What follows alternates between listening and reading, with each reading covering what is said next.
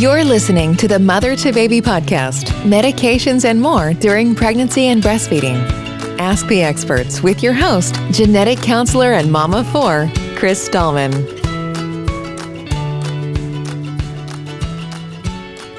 This episode contains evidence-based information that's current as of the day recorded and may change as more data becomes available. To get the very latest information about this topic or other topics in pregnancy and breastfeeding, please contact a mother-to-baby specialist at 866-626-6847, by text at 855-999-3525, or through our website at MotherToBaby.org. Welcome to another episode of the Mother to Baby podcast. My name is Chris Stallman, and I'm a genetic counselor, a mom of four, and a teratogen information specialist. So what I do is I talk to people, patients, family members, healthcare providers, about exposures that can happen before pregnancy, during pregnancy, while breastfeeding, and in cases of adoption. And an exposure can be anything. So it could be a chemical that you work with, it could be a vaccine that you get, it could be food that you eat or medicines that you take. And speaking about foods that we eat and medicines that we take, what we're going to be talking about today is folic acid. So one of the more common questions we get at Mother to Baby is, what is folic acid? Why is it important? When is it important? And how much should I be taking? So folic acid is a B vitamin. Generally speaking, it's important to get enough folic acid because our bodies use it to make new cells.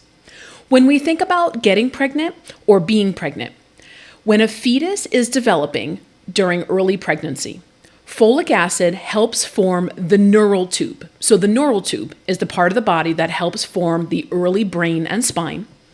And folic acid is important because it can help lower the chance of some major birth defects in that area, so in the brain and in the spine. So as to when it is important, you may hear a lot of different things, but the Centers for Disease Control and Prevention, what we refer to as the CDC, they recommend that all women of reproductive age get 400 micrograms of folic acid every day, whether or not they're planning to get pregnant. The reason they make that recommendation is to make sure that people get enough folic acid to help make new cells and to help lower the chance of some birth defects. So then people usually ask, well, wait a second, if I'm not pregnant or not trying to get pregnant, why do I have to take it? Well, the reason that they make that recommendation for everybody is because about half, so about 50% of pregnancies in the US are unplanned. And the major birth defects that we're talking about, the ones that can happen in that neural tube, happen really early in pregnancy. So about 3 to 4 weeks after conception, which is usually before most people even know that they're pregnant. Another question that we get is, okay, folic acid, I've seen it in my vitamins, but I also heard about something called folate. What is that? And are they the same or are they different? So folate and folic acid are a little bit different. Natural folate is found in foods, so like leafy green vegetables, citrus fruits, so like oranges, lemons, limes, and beans. It's recommended to eat a balanced diet that has foods with folate in it. However, it's pretty hard for most people to get enough folate from food alone. That's where folic acid comes in. So that's the human-made form of folate. It's used in supplements and fortified foods are foods like rice, pasta, breads, and some breakfast cereals that have folic acid added to them. So putting all of this together can help people get that 400 micrograms of folic acid that's recommended. So you can do it by eating fortified foods, taking your vitamin, and having a balanced diet. So with all of that being said, we have a special guest with us here today to talk about her experience with folic acid. Amy Nelson is the clinical director at Pipestone Family Clinic in Pipestone, Minnesota. She got her RN BSN degree from South Dakota State University in 2008 and her MBA with emphasis in healthcare administration from the University of Sioux Falls in 2022. She's also the mom to 2 kids, age 7 and 9, and married to her husband, Michael. Amy, welcome to the show. Thanks for having me. Our pleasure. So, can you tell us about your experience with folic acid? Yes, I would love to. So professionally, I got involved with folic acid intake of our female patients through our involvement with the IMPLICIT program. And IMPLICIT is interventions to minimize preterm and low birth weight infants using continuous quality improvement techniques. So what does that mean? So we do maternal screenings for smoking, depression, family planning, and folic acid intake during every 0 to 24 month well child check. So every time that mom comes in for a well child check with their kiddo from 0 to 24 months, we ask a series of questions to screen for those things. And despite evidence and information like you just shared, Chris, we were finding that about 1/4 to 1/3 of our moms were not taking a multivitamin with folic acid prenatally before becoming pregnant. And most new moms in Minnesota don't take folic acid prior to becoming pregnant. So we were seeing that same trend here in Pipestone. Many women first start taking that folic acid after they already become pregnant, and just like you said, it's usually too late then to prevent birth defects like the spine and brain development, and to take good care of those things since they form before most women know they are even pregnant. So our clinic was able to create and implement interventions to increase that awareness and the intake of folic acid before conception. And we did that through those screenings, which led to conversations, might have been prescriptions that we wrote for them to pick up at the pharmacy, handouts with literature, information about the importance of folic acid.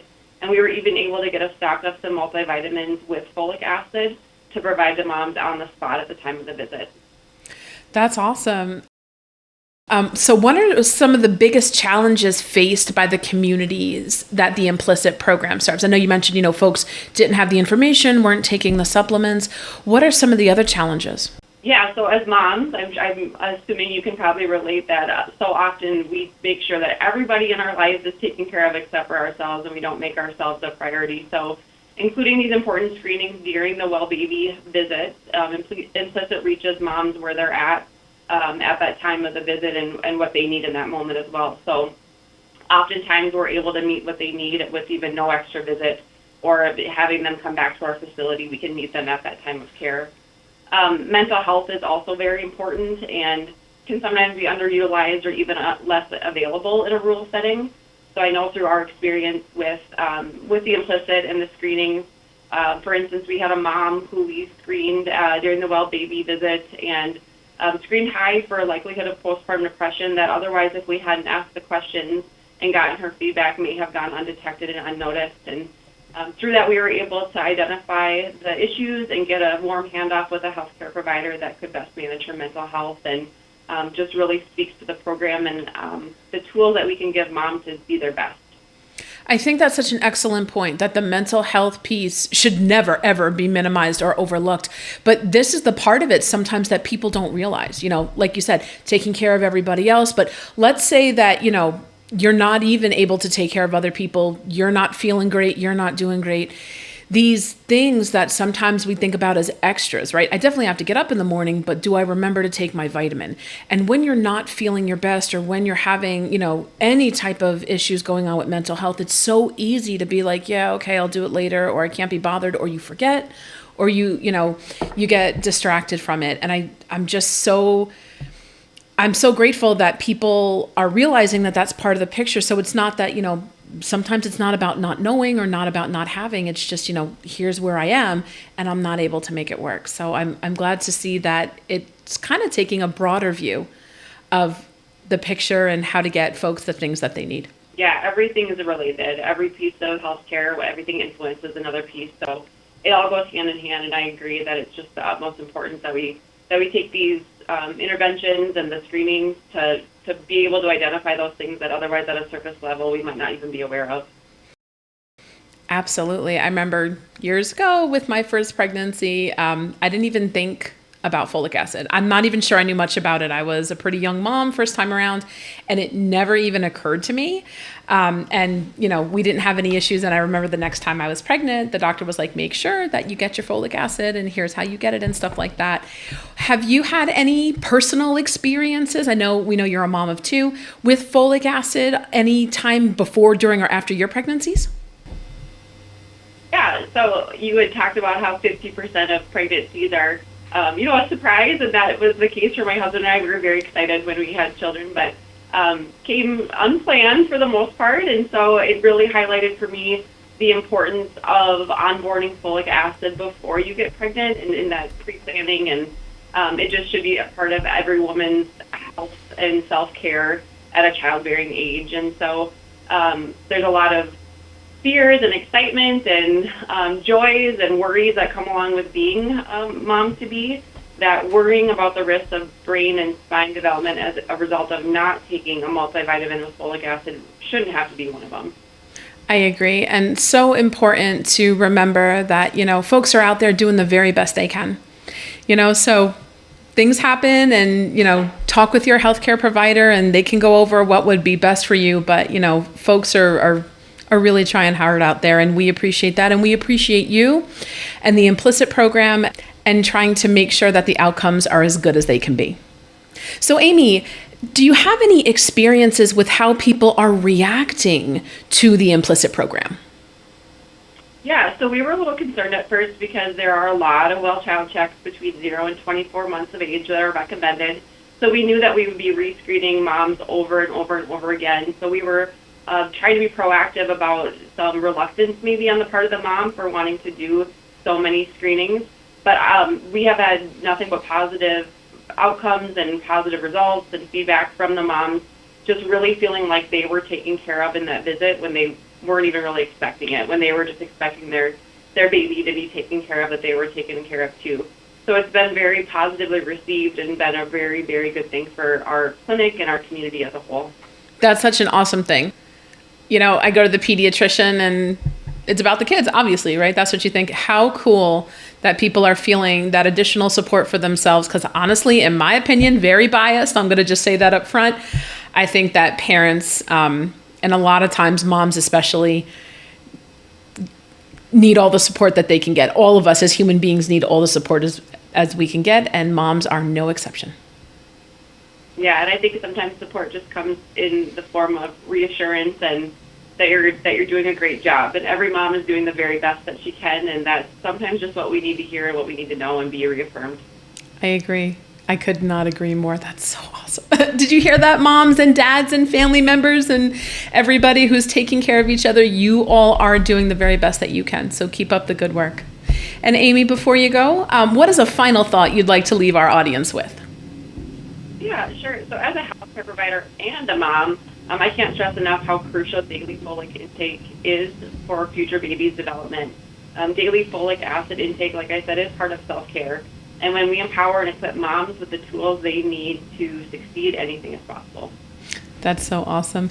And in terms of getting folic acid through your multivitamins, it doesn't have to be a prenatal vitamin, right? It could just be a typical multivitamin. Spin that bottle around, look at the ingredients, see if it has that folic acid. And, they say that 400 micrograms is that recommendation for everybody. If you have any reason that you think you might need to take more, talk with your healthcare provider, and they can go over exactly how much folic acid is right for you.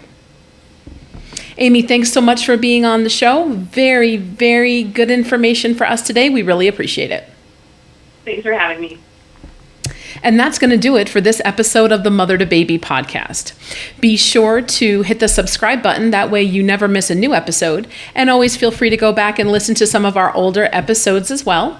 You can find us on iTunes, Spotify, Audible, and however you listen to podcasts. You can also give us a call.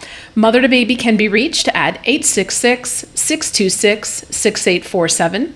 You can text us questions about exposures at 855-999-3525.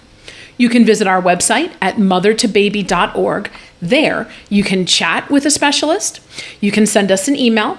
You can listen to old episodes of the podcast. You can find our many information pages as well as our over 250 fact sheets, all completely free to you. And if you have an idea for the show or if you want to be on the show, we would love to hear from you. So feel free to email us at contactus@mothertobaby.org. And until next time, remember, Mother to Baby is here for you. Take care. Mother to Baby is a service of the nonprofit organization of Teratology Information Specialists and supported by the Health Resources and Service Administration of the U.S. Department of Health and Human Services. It's made possible through generous donations from listeners like you. To learn more about Mother to Baby, please visit mothertobaby.org.